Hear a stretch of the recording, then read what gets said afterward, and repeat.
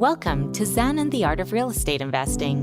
What if you could learn from experienced real estate investors, find out what got them to where they are now, get insight into their daily habits, and take these insights to inspire your own growth? Each week, Jonathan Green shares an in-depth look at the mindful approach to real estate investing. Jonathan is a lifelong real estate investor, advisor, and coach, as well as the founder and team leader of Streamlined Properties. Whether you're looking to start from scratch, get to the next level, or just for a straightforward and honest approach to real estate investing, Jonathan seeks to provide a free mentorship program you can take with you anywhere. Now, here's Jonathan.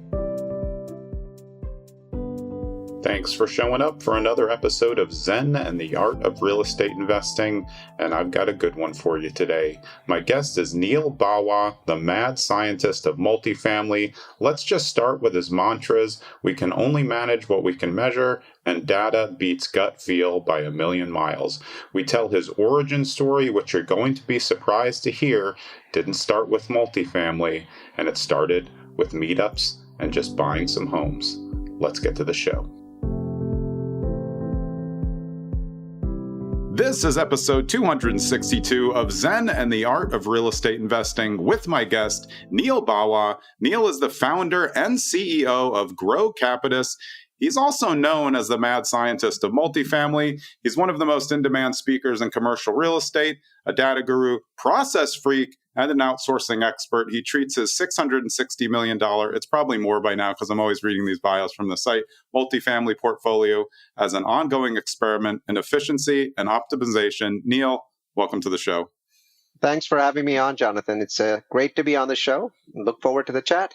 Yeah, me too. I'm excited to talk to you, especially since you're a mad scientist and multifamily's had an interesting run over the past few years. But I know you didn't start in real estate. What was the thing that led you to real estate? I fell into real estate. So I'm a technologist, computer science degree, data science is my background. I was running a tech company with 300-400 employees in Silicon Valley. We were doing well. We were making a lot of money. You know, I had the big fat tax salary. I live in California, so, 40-50% a year in taxes. And, our CEO decided to build a campus from scratch in 2003. This was, no investors, no loans, just, cash. So by the time we built the campus, I had a tiny little slice of it. And I noticed that my taxable income had gone down a great deal. So I learned about depreciation. And so we ended up building 5 or 6 or 7 campuses. And over time, my income was going up because the company was doing better and better. We were making more money and my taxable income was going down. And I was like, This depreciation thing has got to be America's best authorized tax scam. But it seems like it's been going on for more than 100 years. So I think the law is pretty good. The IRS code is pretty good. And so by the time I had a significant amount of money, millions of dollars in the bank, it was 2009. So my timing was incredibly good. I started a meetup group, started to write real estate algorithms using, code and a software called R, and started to publish it, started to buy dozens of single family homes. And that is what got me going, not as a syndicator, not as somebody who took other people's money, but as a real estate investor. That's what got me into real estate.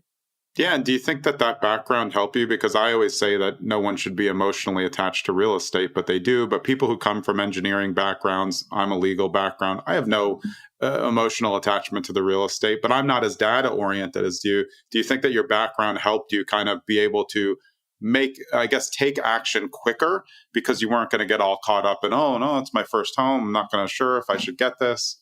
I think my background first got me into trouble and then helped me. So I am very blunt. If you watch my videos, just type in my name and you'll see, 5,000 videos. I'm very straightforward and blunt. I don't have filters. Yeah. I've never, created filters. And so I would basically in 2008 make statements based on, I was interested in real estate. I was learning.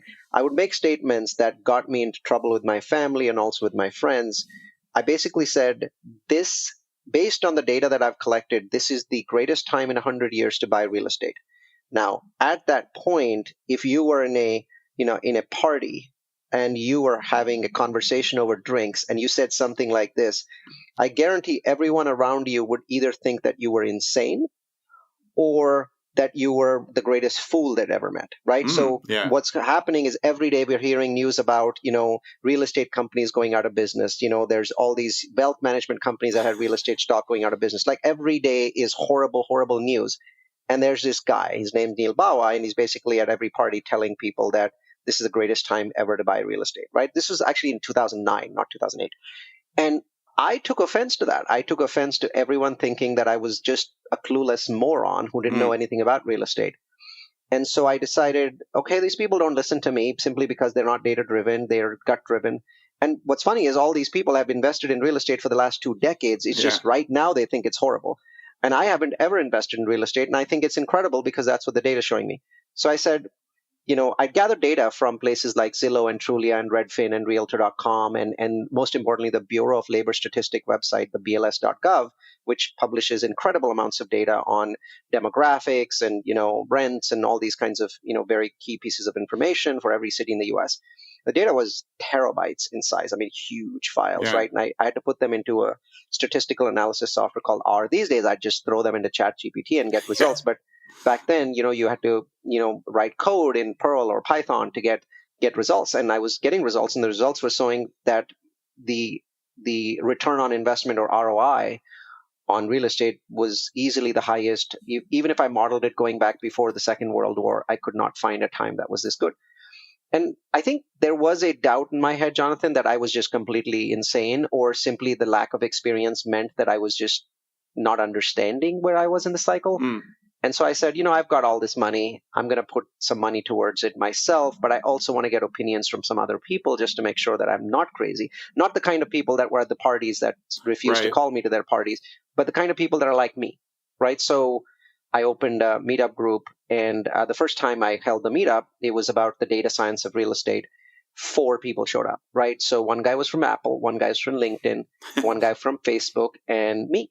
And the meetup was supposed to start at 6:30 and end at 8:30, and it ended at 1 a.m. in the morning because I started with a PowerPoint which went on for 20 or 30 minutes, and basically I ended with, and this is why I think this is the greatest time ever to invest in real estate. And what was amazing is none of the 3 people left. One of them said, I think it was the Apple guy, he said, could you show us? And I said, sure. I mean, the meetup was actually inside of my technology business, so it was in one of my conference rooms. So I connected to my computer and I opened the software and I showed it to him, and he had a whole bunch of great questions because it turned out he was a data scientist. And then the other guy jumped in, and the other guy jumped in, and then they kept asking questions. And it was 1 a.m. in the morning. My wife's calling me, like, what the heck is going on here? And I'm like, no, something amazing is going on. These people actually believe what I'm saying. And by the end of that time, all 4 people had agreed. We all had, huge salaries, and we were making lots of money. And we all agreed we need to go out and buy as many homes as we can because this data makes sense. So they had all basically come around to my way of thinking. And so we were like, okay, but the next question is, if this is the greatest time in real estate and none of us have any experience, where should we buy? And you see, most people would be like, well, isn't it enough? I mean, you're saying it's the greatest time in real estate. Just go buy whatever you can find. Well, that is not how data scientists think. We would not be able to sleep by doing something like that. That would just drive us completely batshit insane. We have to know. We have to basically base it on something. There has to be some methodology, some reason, some like, this is why I'm doing this, right?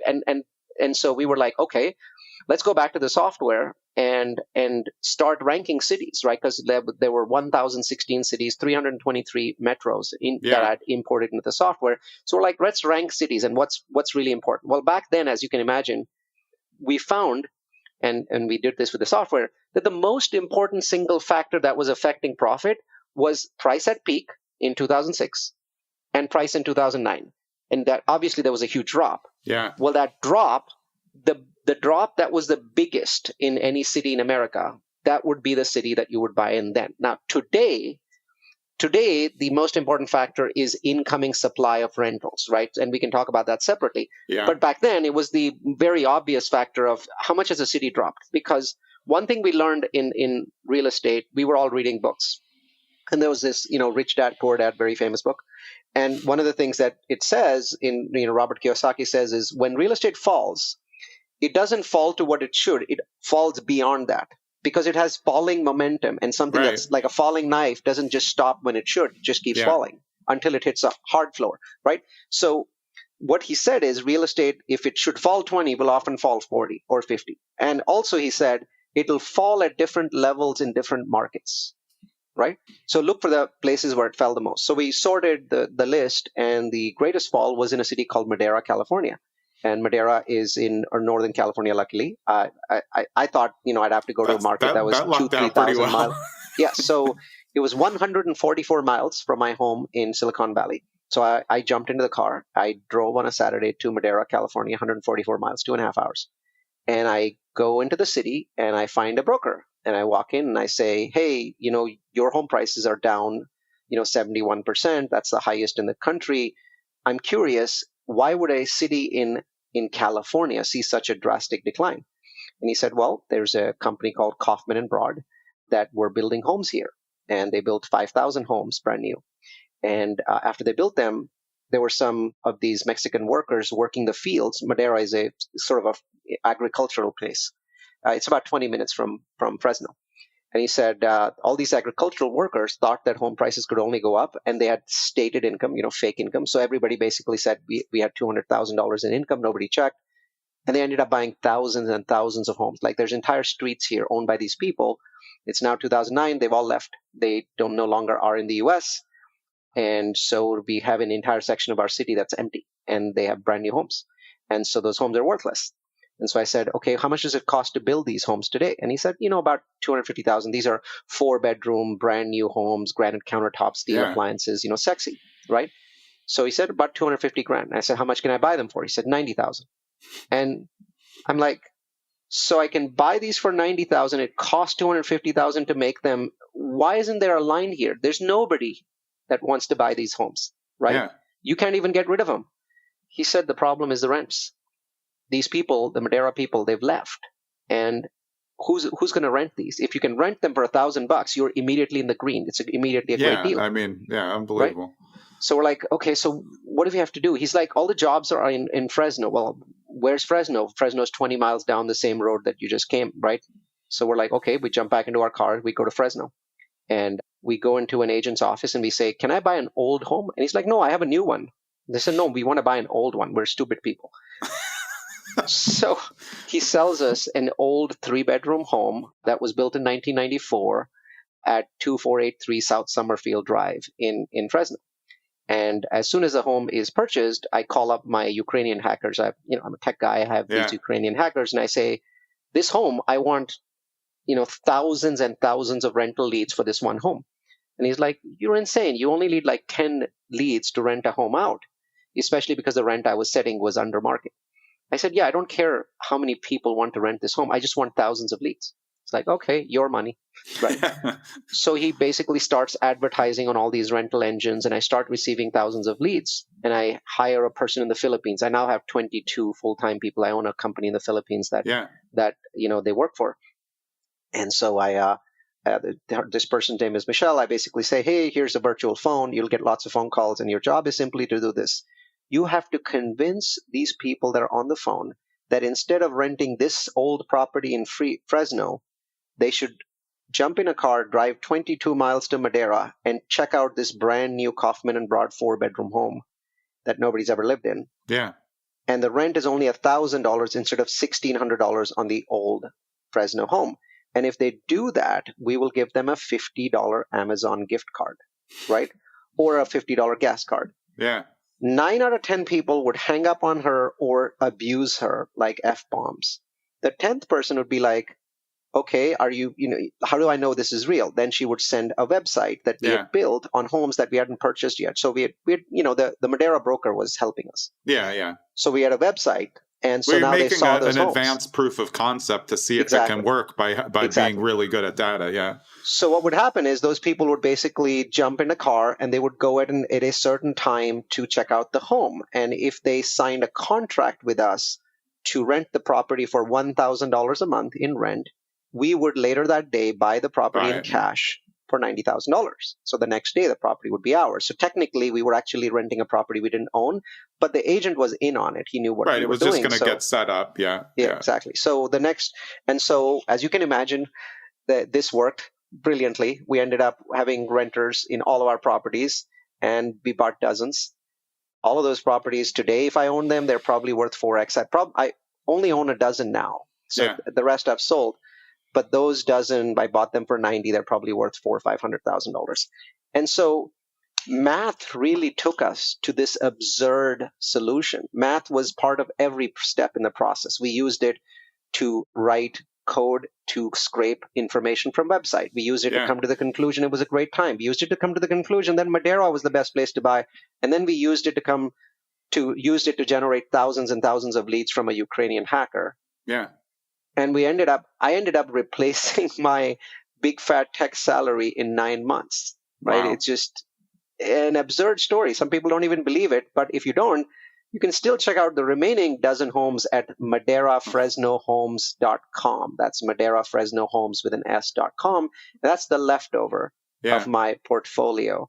You can see they're beautiful Kaufman and Broad homes, and you can rent them today, but for a much higher. Now they're $3,000 a month instead of $1,000 a month. So that's how I got into real estate, and then I can tell you the rest of my story has to do with conferences that started calling me, but that's what really got me to the point where I believed in real estate, and second, became a real estate guy. Now, no investors, nobody else's money, just me, family, brother-in-law, sister-in-law, mother-in-law, everyone buying these homes, because I'm telling them, look, in month one, you are going to have incredible cash flow without even refinancing, and people are making crazy amounts of money. Yeah, I mean, for me, there's so many things in there. I think the most important part for me on top of the data is that you immediately went and looked yourself, because technology is so great, obviously from being in the tech world and being data scientists, but people can get too excited about the tech and forget to go look at it and make a lot of mistakes. Now, you took all the data and you added that extra layer because one thing that was really interesting that you said is like you had the program and then you guys all said, oh, wait, we need a place. Because if not, you would have done all that work and then ruined it by just dart throwing a place. It ruins all of the work. But by going and seeing it, talking to the broker, and then going and making that educated guess and smart tech decision to run it on the older place in Fresno, that was the boots on the ground that I think some newer people are missing when they may listen to you and think, oh, well, that sounds easy. It wasn't as easy. It was a lot of work. And most importantly, I have to say this, right? So now I have 1,300 investors. They've given me $425 million of their money to buy $1 billion worth of assets or to build $1 billion worth of assets. And I can tell you this, in all of those years of learning and paying for millions of dollars of software, I have not yet found a way to reduce the necessity of boots on the ground. Oh, amazing. I'm so glad you said that. Yeah, because what data does is it tells you where to put the boots. Yeah, exactly. But it doesn't in any way reduce the need for the boots. Because maybe one day that'll happen with real estate, but I have not found anyone, any peer of mine, I've presented at over 100 conferences, and I've not yet found somebody who's done this for years and says something like, well, my model doesn't require boots on the ground. No one has ever said that. Yeah, I think if you don't, you may still do okay. There's plenty of people who, invest on a whim or based on what somebody says and does okay. But you're always going to have some loss in it if you can't see the parts that you're looking for. Or as you said, identify what the problem is. Because if you looked at it just by itself, the $90,000 deal sounded great. So somebody may have just bought them, but you were thinking differently. If someone just bought those and did nothing and no marketing, no one was going to come to rent them. So it could have been a dead deal for a lot of people who say, oh, look at these beautiful homes, for a quarter of the price. Yeah. And the funny thing is that I think I would have still done fine, but I would have had no tenants for 2 or 3 years until the market bounced back and Madera got, its population back. And that's what people do. And that's fine if that's what you want to do, but you can't say you're data driven. So real estate is about generating cash flow. And if your property doesn't generate cash flow, you need to find a solution where it does. Like today, I am the most vertically integrated small or medium-sized builder in the U.S. So I don't compete with the Lennars and the KB Homes and the D.R. Hortons of the world. Yeah. But when I build a 150-unit community, every window, every door, every faucet, the MEP, the toilet, I don't buy anything from distributors. I buy them from factories. And Where do I find out about these factories? There's this very cool tool that you might have heard of called ChatGPT. Yeah. It has a button. It is called Deep Research. It takes 25 to 30 minutes. So what I did was 2 years ago, I basically said, here I'm a home builder. I'm technically not a home builder. I build townhomes for rent and apartments for rent. But I basically said to it, I'm building homes. I want you to come up with a part list of all the things in a home that I would typically need. It asked me a bunch of questions, and we came up with a part list that was 3 pages long. Then I said, now I need you to find me all the factories in the United States that manufacture these. And here are my 5 locations. You will only find me factories that are within 500 miles of this, right, for shipping reasons. Yeah. And it found me that. Then I said, okay, now find me the names of the owners and the phone numbers of these companies. And then I sent somebody there, and we basically became our own supplier. And with certain things, we save 15 and 20%. That's common. Yeah. With other things, we save 30 to 40%. And I had to do that to get cash flow today because that's what's necessary. There's a lot of people, you can go on the web and people are projecting 6 or 7% cash. Yeah. These are not real. These are not real. I cannot buy a regular deal and get 6 or 7% cash. Now, I can go to a war zone and get 10% cash, but then half of my property might be empty next month. But in a regular property, there is no cash flow in real estate. There's maybe 2%, maybe 3%, right? But you're not going to get to 6 or 7% in cash flow. You have to try something different. You have to build. And even if you build, you have to basically try something different, like being your own supplier. Yeah. That's what's necessary. So the creativity, the boots on the ground doesn't go away. The numbers just optimize your returns. Yeah. Do you think that people got kind of a little bit swollen in their excited way through 2020 and through the pandemic because it was pretty hard to miss at that point? And then those operators thought they could keep doing it, and you just can't do that anymore. Everything's a different playing field right now. It is, and I don't think that I was any different from these folks. I think what was happening is there was a price to play, and that price to play was too high, and everybody played. And so my properties have suffered. I haven't been able to offer cash flow. The only thing I can say is with the use of data, I've been able to protect my investors from equity loss. Yeah. Right. But my properties, I've had 6 properties that I haven't distributed for 2.5 years. Right. So I think that there was a price to play. Everybody played. Hundreds of thousands of properties were sold in 2021 and 2022 at prices higher than they should have. And now the industry is resetting. I like to say this was a good thing that happened to the multifamily industry. Yes, there are hundreds of thousands of investors that are going to either lose money or not make money. But the industry, the people that are in it today that haven't left in the last year, because a lot of people are leaving, they're far more savvy. They understand what was happening. And I think that they can serve their investors better. They may be unhappy or grumpy investors, but they are still going to serve them better. So for a million reasons, a reset is a good thing for the industry, because what had happened is this concept called syndication or crowdfunding really happened in 2013 after a certain law called the Crowdfunding Act was passed. That's when 99% of syndication happened. 99% of crowdfunding happened on a scale. Before that, people were doing it a little bit here and there. Yeah. And there were all sorts of laws preventing them from scaling. So the industry was not mature when 2022 happened because it was only a 9-year-old industry. And I think we've gone through a process of maturation, which is incredibly good. Like banks, for example, in 2008, I mean, the stated income loan, all the CDOs, I mean, that stuff was bullshit. I can tell you 15 years have passed, and I have not seen any evidence that banks have gotten that dumb. So they learned a lot from 2008. Yeah, and I think you're right. I think the people that can get through are going to be much more set for the future. The people that gave up probably just never had the real background to do it. But if it is a little bit tricky to get through. But if you get through with transparency, you're doing, the traditional real estate, buy real estate and wait. If you can wait it out, keep your investors whole, you're still going to be fine on the other end. But you do have to get through a tricky time. It is. And I think that what I feel is that you have to understand cycles, right? So starting the Q1 of 2022, which was the peak of multifamily, it wasn't the peak of single family. Interestingly enough, over the last 3 years, single family prices have actually gone up about 5%. Now, 5% is a very small amount in 3 years, so it's not like they're rising fast. But what's important to understand is multifamily prices have dropped about 20%, right? In some markets, they've dropped as much as 30, but 20 is a pretty common number from Q1 of 2022, which was the peak of the prices, right? And from there, that 20% drop is almost entirely because of interest rates and almost none because of net operating income. When you buy multifamily, you are basically buying a business. It's like buying a Taco Bell. You pay multiples of income, right? So for a Taco Bell, you might pay 15 times multiples. For a multifamily, you might pay 20 times multiples, but you're still paying a multiple.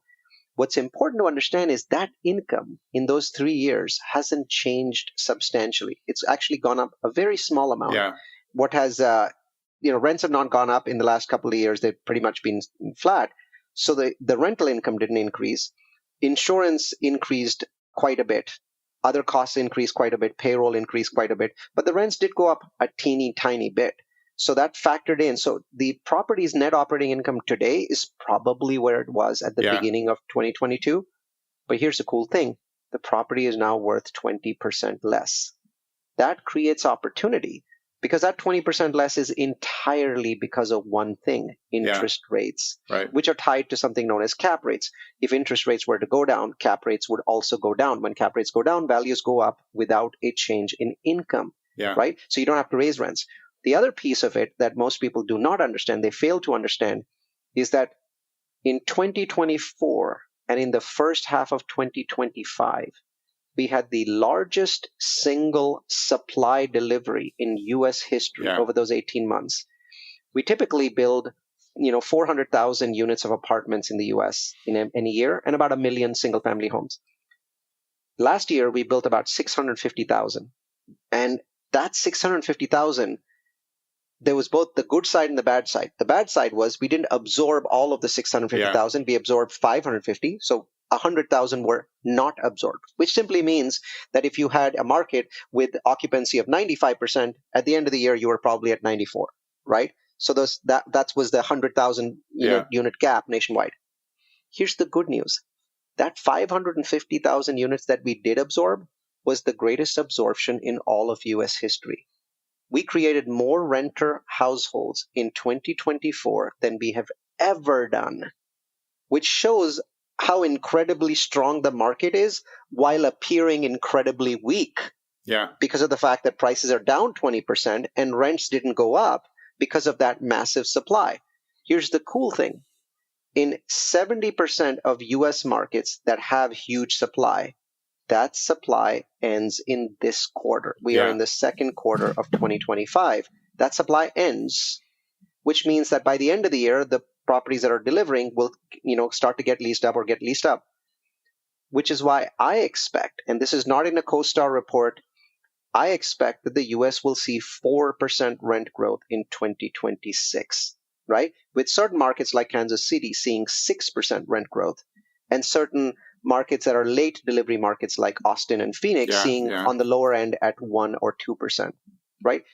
This is not understood. It's not understood that we are in an unusually low time for rents because of all that massive supply that we have to absorb. But one-time absorption. And here's the coolest thing. We need a minimum of 450,000 units every year for rents not to spike. Permits pulled in the middle of 2024 show me that by Q1 2026, we will be at an annual rate of 300,000 units, 350,000 at most. That's a 100,000 unit shortage. When you have a 100,000 unit shortage, rents don't go up a little bit. They go up a lot. Yeah. It's really interesting because I would go back to your first conversation with the people who weren't the people that you wanted to talk to when they just didn't get it. A lot of this is just outside of people's understanding because they're just going to watch the news and get the headlines, oh, multifamily's dead, and real estate's dead and all these things. But once you say it like this, I think this is why I love podcasts because it makes complete sense to me. I'm sure the listeners are following along no matter where their experience level is. But real estate is such a good asset, but the way you described it, it doesn't sound like it's as much an affordable housing price. It's really supply, demand, and the timing of everything. But to think, most importantly, that all of these businesses operationally, if you're good operationally, you're still running a great business. You're just being affected by higher rates. And if rates come down, you're going to still be running the same business and have a much higher valuation later.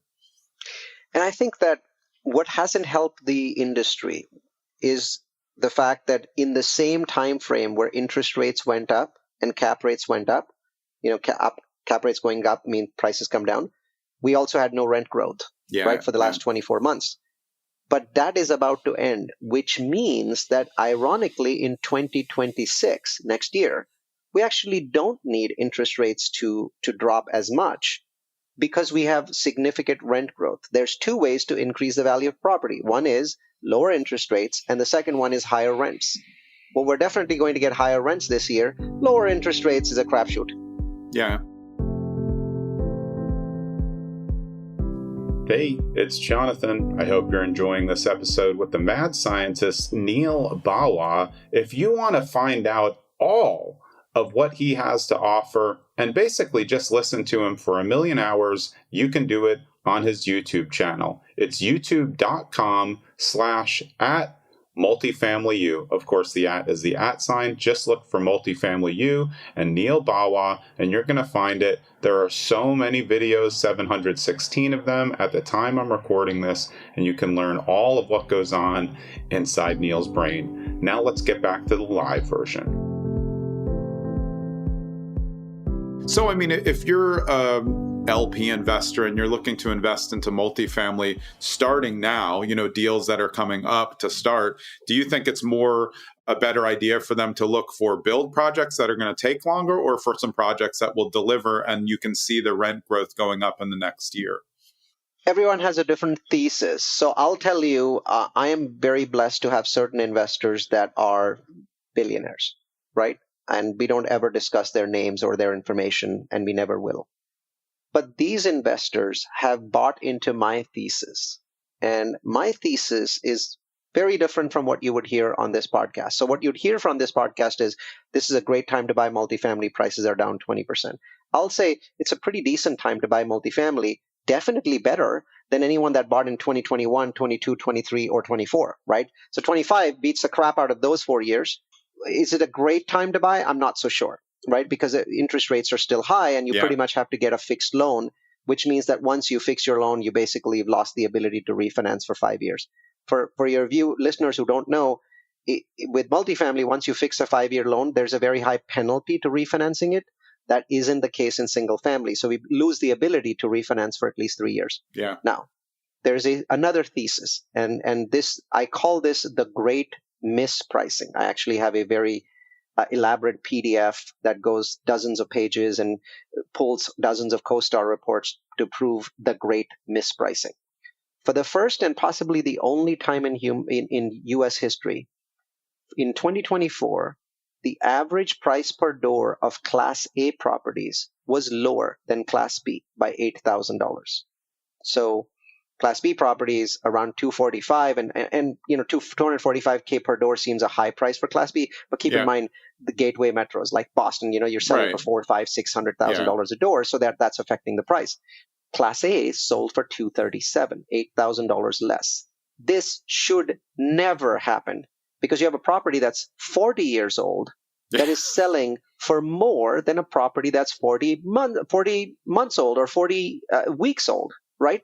So it's shocking that this would happen. The only scenario in which this is possible, there's only one edge case scenario where a Class A property can sell for less than a Class B nationwide.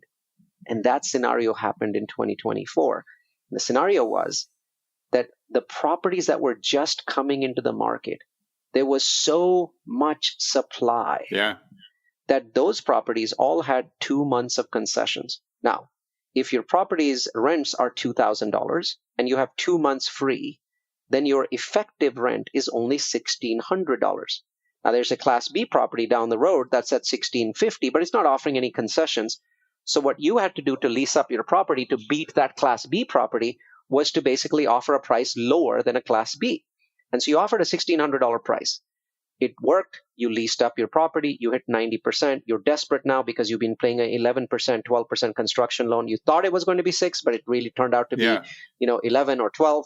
You're out of money. You need to sell your property. So you sell your property at 90% because that's 90% is the point where you'll get the highest possible value. But here's the problem.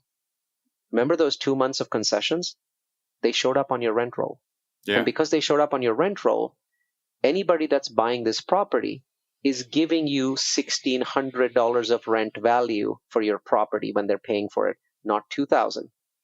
And as a result, it's crazy. In any market that has a very large amount of supply coming in, you have Class A properties selling cheaper than Class B.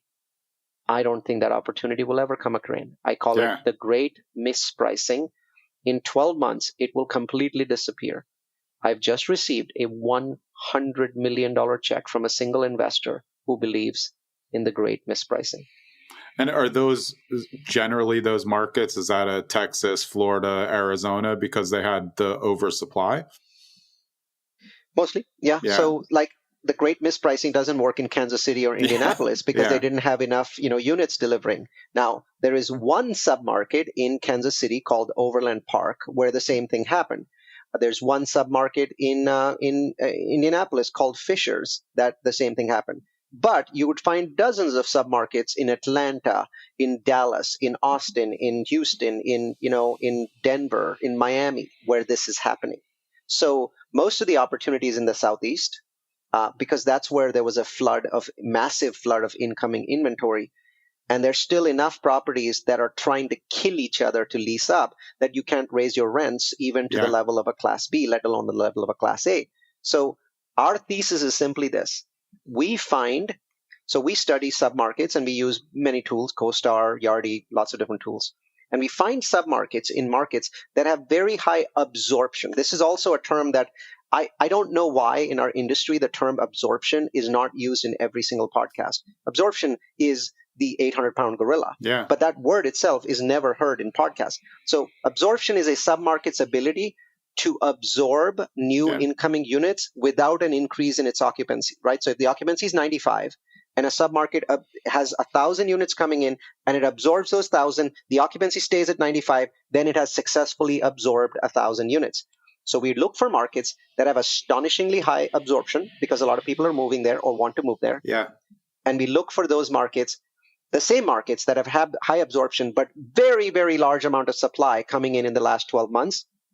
Those markets are gold because the moment that supply ends, the absorption won't end. They're great submarkets. Right. And I can bounce my rents 15, 20%. That's more than you can get on a value add because a value add today, you can only bounce rents by about $125.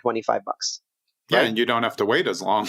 Exactly. So to me, all I have to do is to wait for supply to end, right? And I'm buying a Class A brand new property, which is ridiculously under market, right? And I'm paying a ridiculously low sum for it simply because, it can't sell for the whole price because of the 2 months of concessions. The great mispricing is happening right in front of us. But it's going to be 2 years before people start writing articles about it. Yeah. Yeah, well, I mean, but that's the thing. The real estate market is always way ahead of the headlines. The headlines is 6 months to a year back because they're just still going through the data that you're way ahead on. Do you think part of the oversupply also is because no one builds a brand new C class or a B class? Everybody's trying to build A class. So the B classes maybe they're doing value adds on a B class, but you don't see a ton of builds on that B class. Neighborhood wise, I'm sure it could happen, but the majority are going to try to break the bank on the rents. And then there's too many. I can just tell you this. So I hear this all the time, but I can just bluntly say this. There are no markets in the United States where Class B can be built profitably. Only Class A can be built profitably. Right. So just so you know, Class Bs are Class As that were built 40 years ago. Class Cs are Class Bs that were built 60 years ago. And at some point in the United States in the 80s, you had a choice. You could build a Class A or you could build a Class B, and they would both make money. Yeah. We lost that ability. Since 2000, I'd say 2004, 2005, the only kind of asset that actually makes money and has a chance of making investors profit is a Class A. There is no way to build a Class B and build it successfully. Now, there are some Bs, and I'll tell you how. So you're building a product that has no amenities, meaning it has no gym, no pool, Yeah. and it's a smaller building that's 50 units. We still see some of those getting built and being successful. But for the most part, the only mathematics that works in new construction today is to build Class A.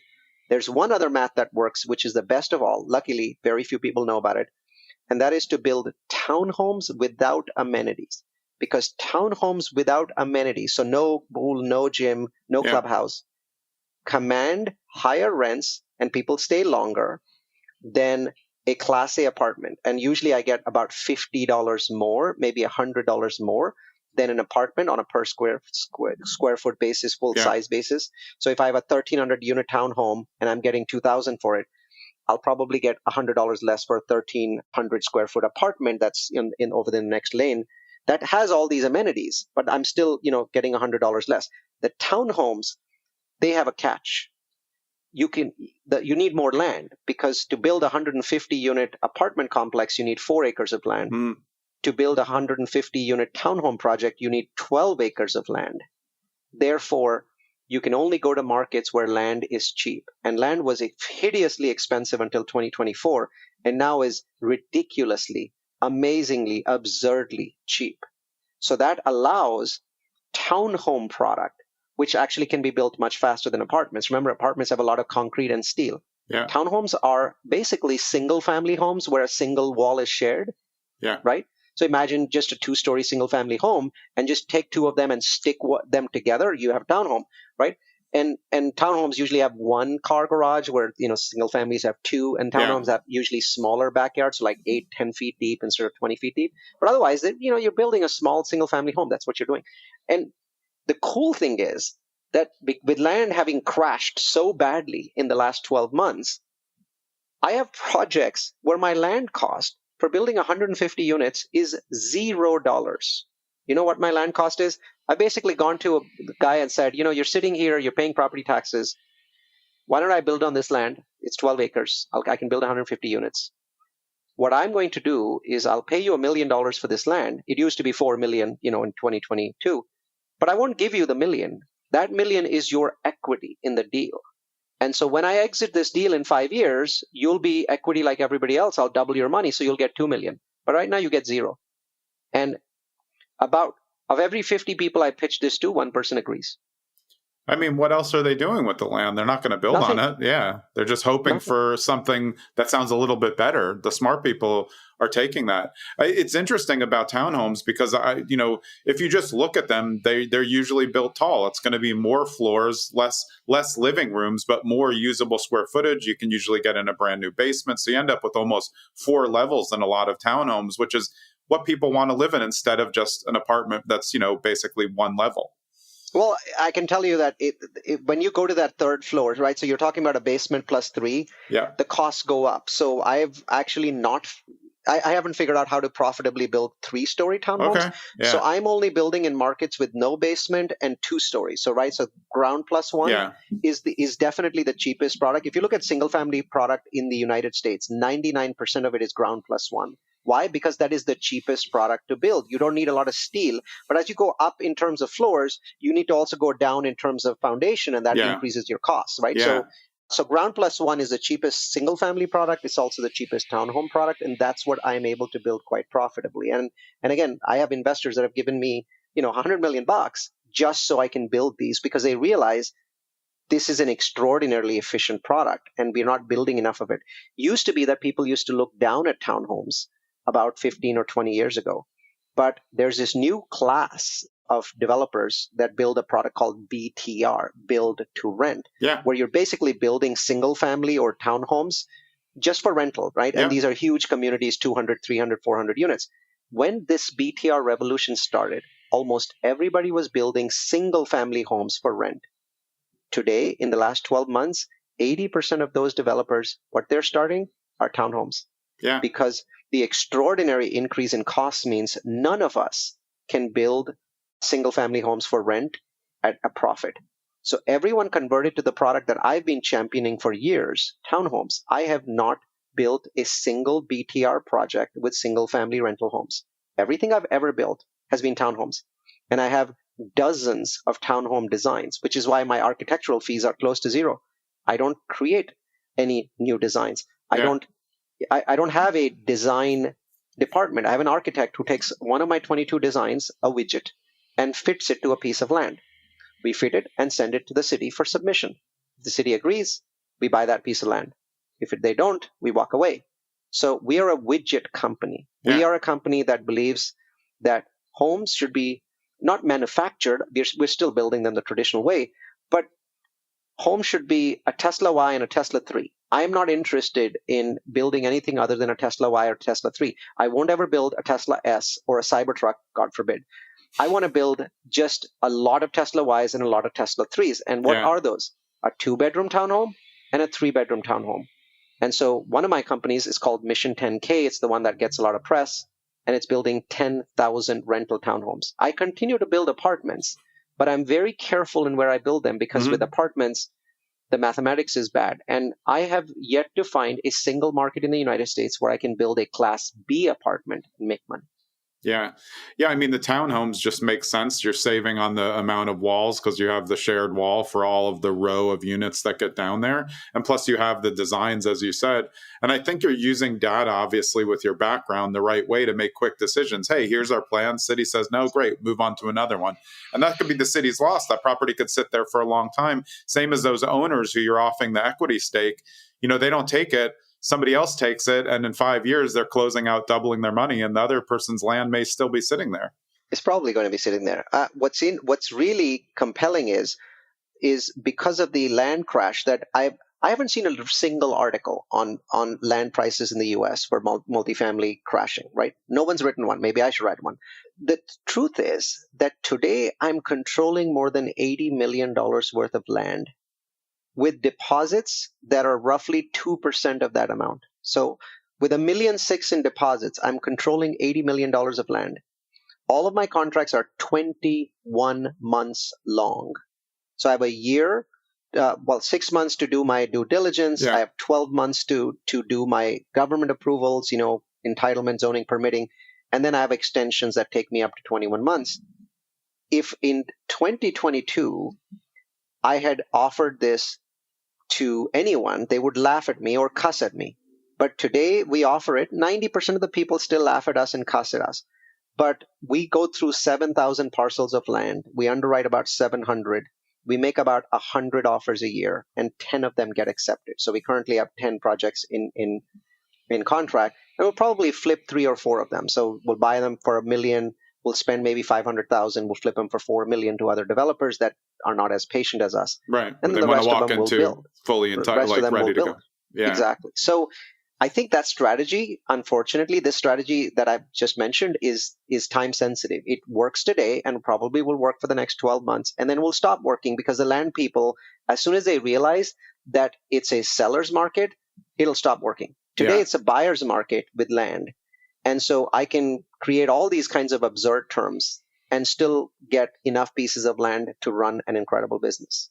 Yeah, and it's still a win for them because they can't do better right now. Maybe if they just hang on, if they want to take the carrying costs. But I think this is how you're using data and extreme efficiency to kind of stay way ahead of the market and certainly way ahead of the headlines, because this isn't what's coming out in the headlines. Everything in news is really doom and gloom. But I always feel like when real estate people ask about me questions about something that they saw on the news or in general media, I said, well, what's that worth? You need to talk to people who are on the ground doing it every day. It's whole different. Yeah, and the gloom and doom is necessary. I only the whole land strategy that I designed only works because of the gloom and doom. Yeah, right. So in no way do I try to dispel the gloom and doom. It's helping me, right? So all these landowners are reading this stuff in the land, multifamily has crashed 20%, office down 30%. Right. And then they get a phone call from me saying, hey, I have an offer for you. So, gloom and doom is fantastically useful.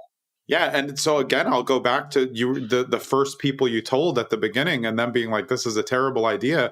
I think that goes to the herd mentality. A lot of what I'm reading, especially about billionaires, and we just had a podcast episode talking about billionaires, is the one of the things that they do the most is they go the opposite of the herd. And the people that you told first about your idea about buying real estate now, they were still in the herd mentality. Well, everybody says it's terrible. It's 2008, 2009. We can't recover from this, and you're going the other way, which is really the way that you make money. And when you add data and science on top of it, you're just going to be so far ahead of everybody else in the thinking. Well, I think what you have to understand is I am not the only one that's thinking this. So the world's largest asset manager is a company called Brookfield. They own, hundreds of malls. They own, all kinds of assets, right? Brookfield recently, just in the last few months, raised $16 billion for a distressed asset fund, right? And they're probably not going to find a lot of distress in multifamily. They might find them in office. Yeah. And so you have to understand that being a contrarian really is a mindset. If the largest asset manager in the world in this market with tariffs and everything else going crazy, banks not refusing to lend, is raised $16 billion, I think that they know something. Yeah, I think so too.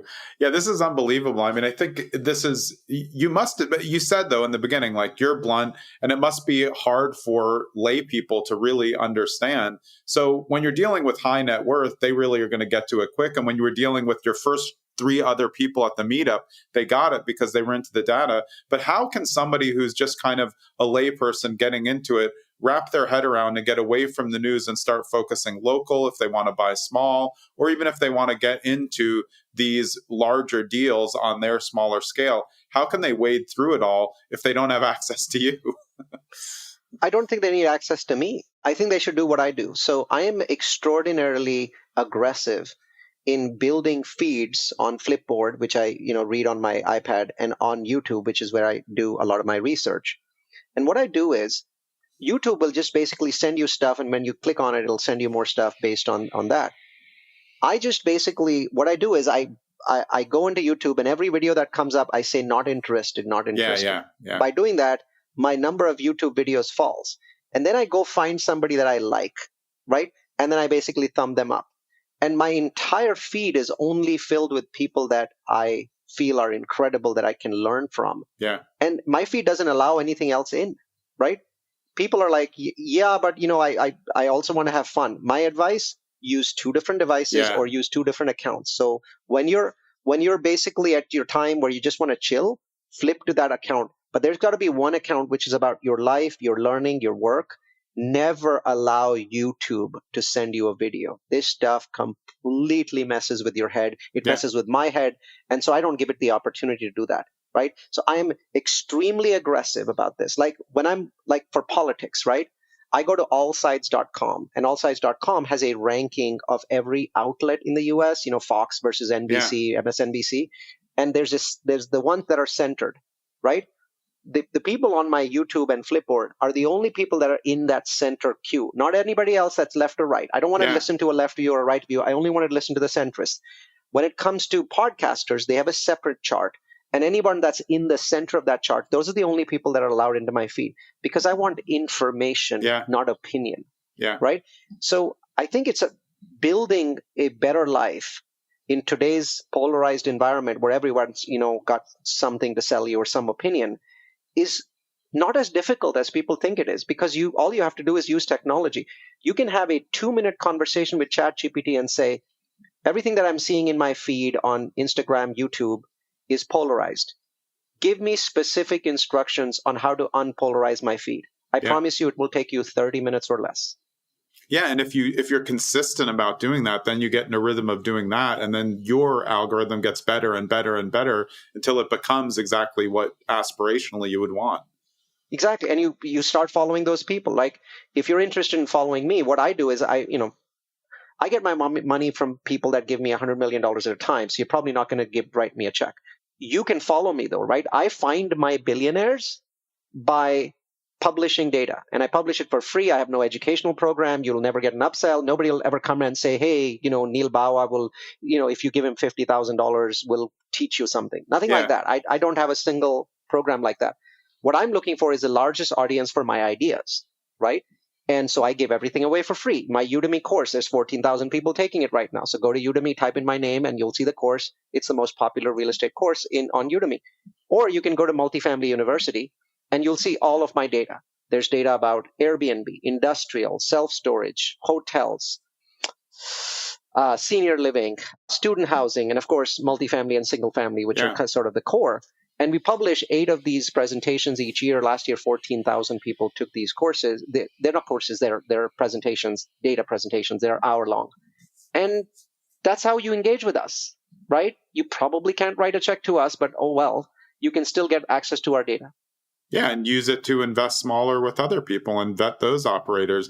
Yeah, I think this has been great advice. I mean, across the board, and it just shows that you can do things your own way and bring a background into it and find a different way to do it. I still think that everything about real estate is repeatable. Like if we look at, like you said, you were going back all the way to figure out that real estate is the best asset. You still need to find the experts that will help you do it within, the parameters that you're able to. So yeah, I really appreciate you spending the time. It's been a great episode and great getting to know you. Well, thanks for having me on. We'll see you at Multifamily University. Absolutely. Is the best space for people to go to get in touch with you and find out? That's the Multifamily University? Yeah, you can Google, or you can Google my name. I'm the only Neal Bawa on the World Wide Web. Yeah, that makes it easy. All right, Neal, I really appreciate it. Thanks so much. Thank you. Yep, that was Neal Bawa. He's the founder and CEO of Grocapitus. You can look up Multifamily University. And like Neal said, just look up his name. You'll find him. I'm Jonathan Green. We'll see you next episode. Thanks for sticking around so you can get a preview of who's coming up on episode 263 of Zen and the Art of Real Estate Investing. And it's Nick Disney of sellmysanantoniohouse.com. You got it. We're talking off-market acquisition, buying homes. So if you're looking to wholesale, buy homes, even get your first home, or start a business that starts with off-market acquisition, this is the show for you. We'll see you next episode with Nick.